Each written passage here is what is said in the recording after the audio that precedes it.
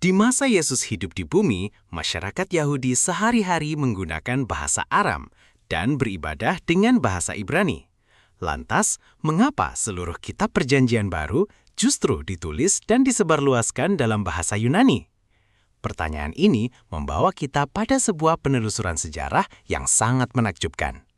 Bahasa Yunani memiliki sejarah yang panjang dan kaya, yang terbentang sejak abad ke-14 sebelum Masehi hingga masa kini. Bentuk paling awal dari bahasa ini adalah Yunani Mykenae, yang menggunakan sistem tulisan yang disebut Linear P. Bentuk Yunani yang digunakan oleh para penulis sejak Homer, abad ke-8 SM, hingga Plato, abad ke-4 SM, dikenal sebagai Yunani klasik, Classical Greek. Bahasa ini merupakan bentuk bahasa yang sangat luar biasa, mampu menyampaikan ekspresi yang tepat dan nuansa yang halus. Alfabetnya berasal dari bangsa Fenisia, sebagaimana juga alfabet Ibrani. Yunani klasik memiliki berbagai dialek, di antaranya yang utama adalah Dorik, Eolik, dan Ionik. Dialek Atika merupakan cabang dari Ionik. Pada abad ke-4 SM, kota Athena ditaklukkan oleh Raja Filipus dari Makedonia. Putranya, Alexander the Great, dididik oleh filsuf Yunani Aristoteles. Alexander kemudian berusaha menaklukkan dunia sekaligus menyebarkan budaya dan bahasa Yunani. Karena ia menggunakan dialek Atika, maka dialek inilah yang tersebar luas. Dialek ini juga merupakan bahasa yang digunakan oleh para penulis terkenal dari Athena. Peristiwa ini menandai awal dari zaman Helenistik, ketika bahasa Yunani menyebar ke berbagai wilayah dan berinteraksi dengan bahasa-bahasa lain. Bahasa ini mengalami perubahan, sebagaimana halnya setiap bahasa. Dialek-dialek yang ada pun saling berinteraksi.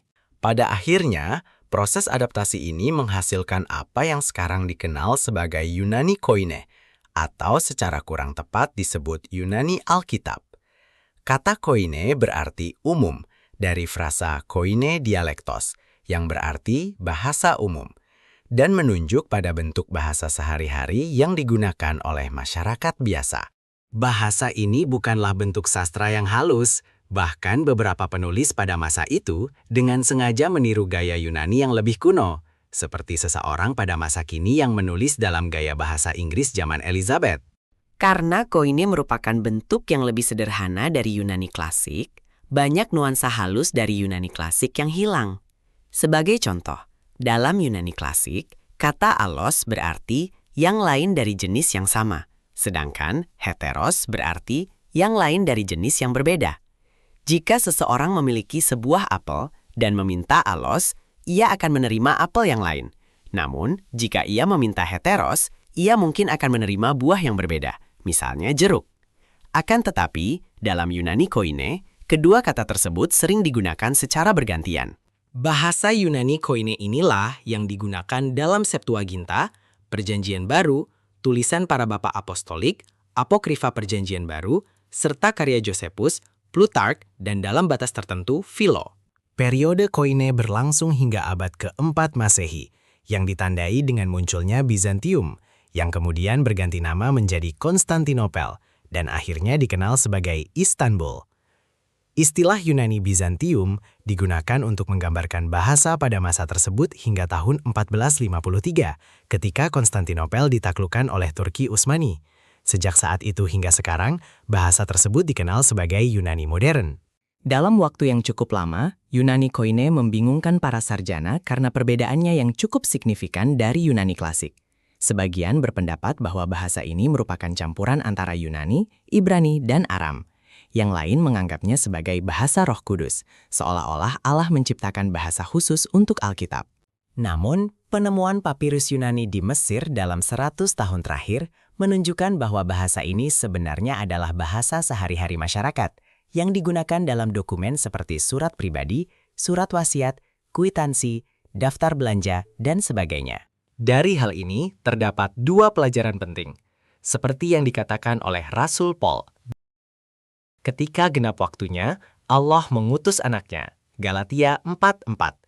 Dan bagian dari kegenapan waktu itu adalah adanya satu bahasa yang bersifat universal.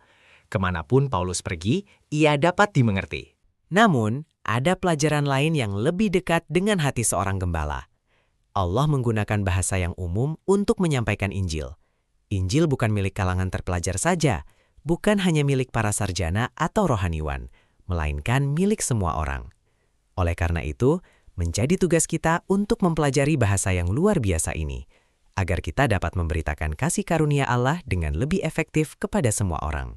Sebagai tambahan, seringkali dikatakan bahwa kita perlu mempelajari bahasa Latin karena menjadi dasar bahasa Inggris. Hal ini tidak sepenuhnya benar. Bahasa Inggris termasuk dalam kelompok bahasa Jermanik, sedangkan bahasa Latin termasuk dalam kelompok bahasa Roman. Bahasa-bahasa di dunia dapat dikelompokkan ke dalam keluarga bahasa. Ada satu bahasa dasar hipotetis yang disebut Proto-Indo-Eropa, yang kemudian berkembang menjadi beberapa kelompok bahasa. Bahasa Roman, Latin, Prancis, Italia, Portugis, Rumania, Spanyol, dan lainnya. Bahasa Jermanik, Inggris, Jerman, Denmark, Belanda, Norwegia, Swedia, dan lainnya. Secara teknis berasal dari Proto-Jermanik. Bahasa Yunani, Linear B, Klasik, Koine, Bizantium, Yunani modern. Bahasa Indo-Iran, Iran, Sanskerta. Terjadi banyak saling pengaruh antara bahasa Roman dan Jermanik, dan keduanya juga banyak menyerap unsur dari bahasa Yunani. Bahasa Inggris secara khusus sangat dipengaruhi oleh berbagai bahasa lain. Hal ini dapat dilihat dari kosakata yang dimilikinya. Dari Yunani, didaktik, apostle, teologi. Dari Latin, aquarium, name, volcano. Dari Prancis, closet, resume, prestige.